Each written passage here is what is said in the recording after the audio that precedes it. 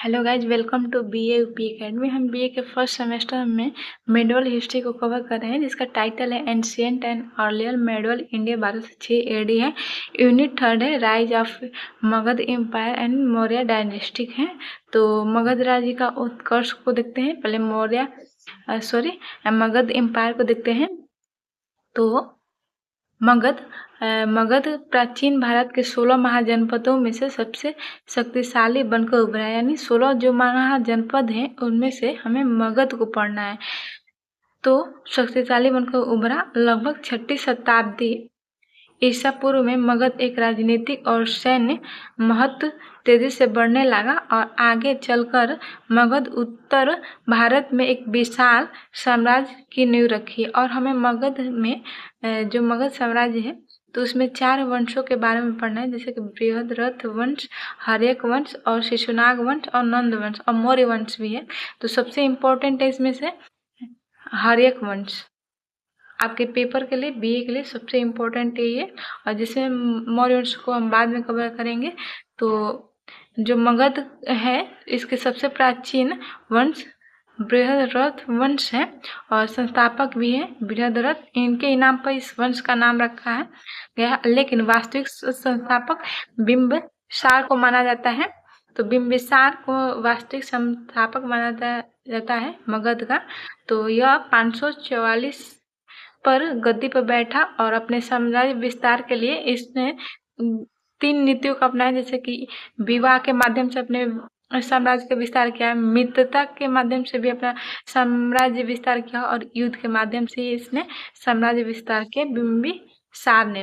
तो साम्राज्य के विस्तार जैसे विवाह के माध्यम से कैसे, तो उसने वैवाहिक संबंधों और युद्ध के का प्रयोग करके उसने कौशल, जैसे कि कौशल के राजकुमारी कौशला देवी से विवाह किया और वैशाली के चेलना से विवाह किया राजकुमारी से। और जैसे कि पंजाब की राजकुमारी झेमा से विवाह करके अपनी स्थिति मजबूत किया। बिंबिसार ने मगध पर करीब 52 ईयर्स तक शासन किया था, जो बहुत इम्पोर्टेंट है आपके बिंबिसार पेपर के लिए, जो लॉन्ग और शॉर्ट क्वेश्चन दोनों आता है। तो सबसे इसे शॉर्ट क्वेश्चन बनता है जो पेपर के लिए इम्पोर्टेंट है। तो आइए इसके और बिंबिसार के बारे में समझ लेते हैं। जैसे कि बिंबिसार ने अपने राज्य अंग को जीतकर अपने साम्राज्य में मिला लिया और इसकी राजधानी थी राजगृह में। और बिंबिसार है जो बौद्ध धर्म का अनुयायी था और यह इसके समय जैन धर्म बौद्ध धर्म दोनों ही था, समकालीन थे इसके। जैसे कि अब बिंबिसार का पुत्र अजातशत्रु जो पेपर के लिए इम्पोर्टेंट है। और अजातशत्रु ने अपने पिता की हत्या कर गद्दी पर बैठा था। जैसे कि अजातशत्रु ने अपने पिता बिंबिसार की हत्या कर सिंहासन प्राप्त किया और इसका उपनाम कुड़िक मिलता है। और अजातशत्रु ने 32 वर्ष तक मगध पर शासन किया था। तो अजातशत्रु ने अपने गद्दी पर बैठा इस समय पर 460 ईसा पूर्व तक अपने गद्दी पर रहा। और 2 युद्ध अस्त्र हैं जो ये इम्पोर्टेंट है, जैसे रथ मूसल और कंटक है। यह 2 इम्पोर्टेंट है युद्ध अस्त्र। इतना ही है अजातशत्रु के बारे में। और इसके समय प्रथम बौद्ध संगति हुई थी, ये बस इम्पोर्टेंट है। बस अजातशत्रु से यही आएगा। तो आप अजातशत्रु कौन था तो बस इतना लिख देते हैं तो यह बहुत ही अच्छा नंबर मिलता है।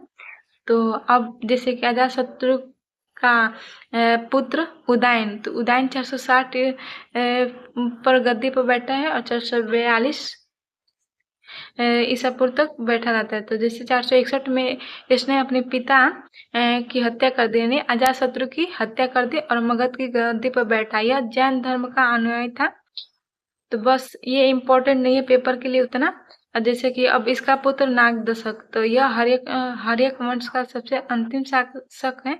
और इस वंश माने हर्यक वंश को पितृहंता वंश भी कहा जाता है, क्योंकि जैसे कि अजातशत्रु ने अपने पिता बिंबिसार की हत्या की। अब अजातशत्रु की हत्या इसके पुत्र उदयन ने किया, उदयन का नागदशक ने किया, तो इसलिए इसे पितृहंता वंश भी कहा जाता है। जैसे कि इस शासकों का नाम याद करने के लिए, जैसे ट्रिक बीबी आज उदास नाम, तो जैसे कि बी से हो जाएगा बिंबिसार, आज से हो जाएगा अजातशत्रु, उदास हो जाएगा उदायन, और नस हो जाएगा नाग दशक। तो यही है। तो सबसे इम्पोर्टेंट इनमें बिंबिसार और अजातशत्रु है पेपर के लिए। तो आगे के जो शिशुनाग वंश और नंद वंश है उसके बारे में समझते हैं। जैसे कि शिशुनाग ने शिशुनाग वंश की स्थापना की और मगध में शिशुनाग वंश की स्थापना किया और इसकी राजधानी वैशाली है। तो पेपर के लिए इतना इम्पोर्टेंट नहीं है, बस इसमें के दो शासक जैसे कि दो ही इम्पोर्टेंट है। कालाशोक यानी काकवड़ भी कहा जाता है, और गद्दी पर 394 से लेकर 366 ले गद्दी पर बैठा है और इसकी राजधानी पाटलिपुत्र है। और वैशाली में द्वितीय बौद्ध संगति हुआ था और प्रथम अजातशत्रु के समय हुआ था राजगिरी में। इसका अंतिम शासक नंदवर्धन था। तो बस इतना ही शिशुनाग वंश के लिए इम्पोर्टेंट है। तो बस इतना ही है। अब जैसे कि नंद वंश, तो इसके संस्थापक महापदानंद है और मगध के सबसे शक्तिशाली शासक हैं। और अंतिम शासक जैसे कि घानानंद है। तो बस इतना ही इम्पोर्टेंट है। तो पेपर के लिए बस दो ही इम्पोर्टेंट है, अजातशत्रु और बिंबिसार, जो पेपर के लिए लॉन्ग एंड शॉर्ट क्वेश्चन आता है। सबसे ज़्यादा शॉर्ट क्वेश्चन बन सकता है पेपर के लिए। तो thank you for watching. Please like and subscribe कीजिए। और आगे की वीडियो में हम जैसे कि मौर्य डायनेस्टी, ये पेपर के लिए बहुत इंपॉर्टेंट है, उससे बहुत ज़्यादा क्वेश्चन बनते हैं शॉर्ट एंड लॉन्ग क्वेश्चन में। तो आगे के वीडियो में हम उसे कवर करेंगे। तो please like and subscribe. Please comment में बताइए आपको वीडियो कैसी लगी।